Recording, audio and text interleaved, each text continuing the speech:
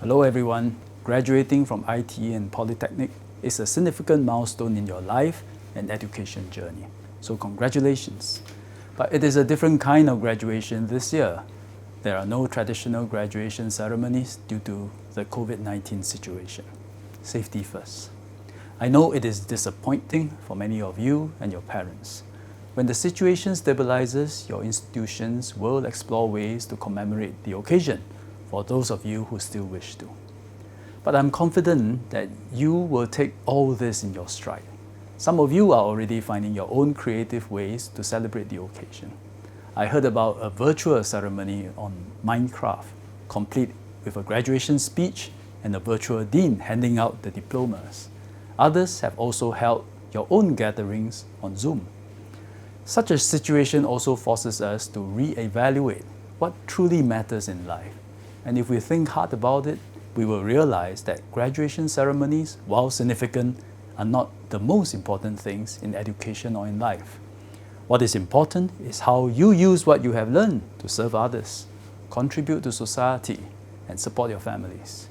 As Muzaffar, who graduated from TP in 2019, he wrote in an email to me, I quote, "Graduation ceremonies are important milestones, but the larger mission for parents and students of today is that they must look at the education outcomes and celebrate how that has shaped them holistically." Unquote. The class of 2020 will be taking different paths after graduation. A large proportion of you will be enlisted for NS in the coming months. During this circuit breaker period, you don't have to report to camp for BMT. Your ORD date is not affected. But I'm sure many of you are eager to start your military training. MINDEF wants me to assure you and your parents that when BMT resumes, there will be safe distancing measures in place and you will still get your free haircut. Another group of you will progress to further studies, whether it is higher NITEC, diploma, advanced diploma, specialist diploma, or degree. Here I want to say something about university admission, as there will be some change to admission policies this year. Universities are becoming more and more open to accepting polytechnic graduates. From this year, all universities will no longer factor in O-level grades as part of the university admission scores for polytechnic graduates. They will rely on your polytechnic GPA scores for admissions.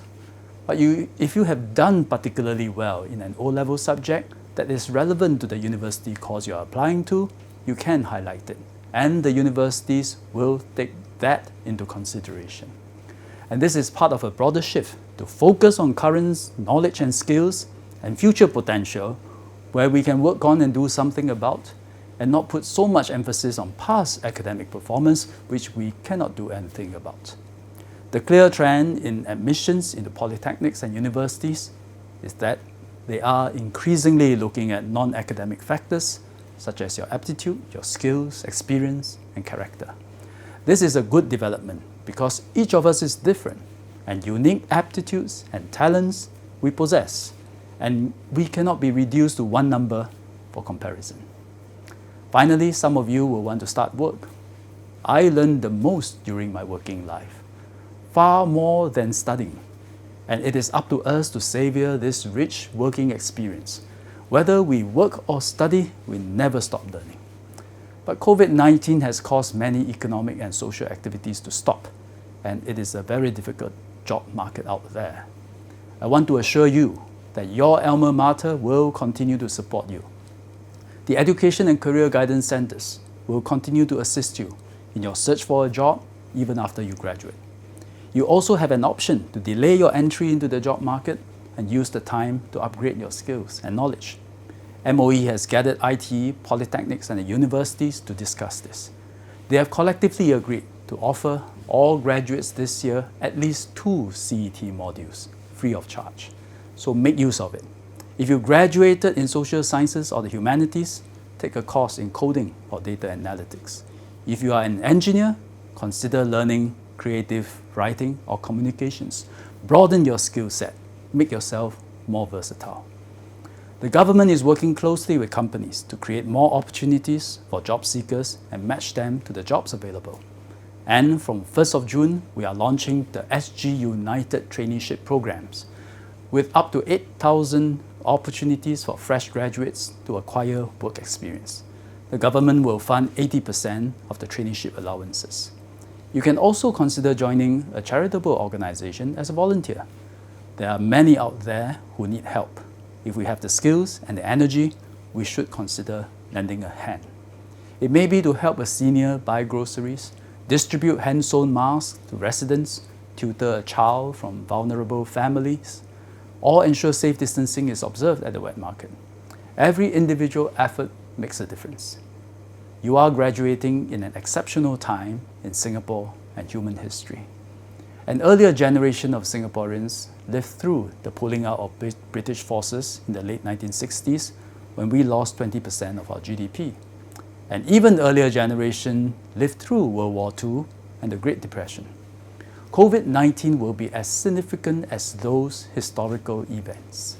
What we are going through is the defining event of this generation, and you are right in the middle of it. There can be two reactions. One, complain, why like that? And ask how to ensure things go according to your plan.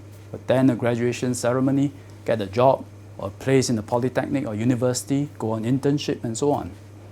Two, accept that COVID-19 is changing our lives drastically. Rise to the occasion. Do your part to overcome it. Let necessity drive innovation, adaptation, and resilience. Turn this crisis into an opportunity to bring out the best in this generation, just as you found new ways to celebrate your graduation. Years from now, when humans have long overcome COVID-19, we will live to tell the stories of this defining event. I'm sure you will be able to relate to our children, stories of making individual sacrifices, of overcoming difficult challenges, of helping each other, of the coming of age of a new generation of Singaporeans. I wish you the very best in the next phase of your life's journey.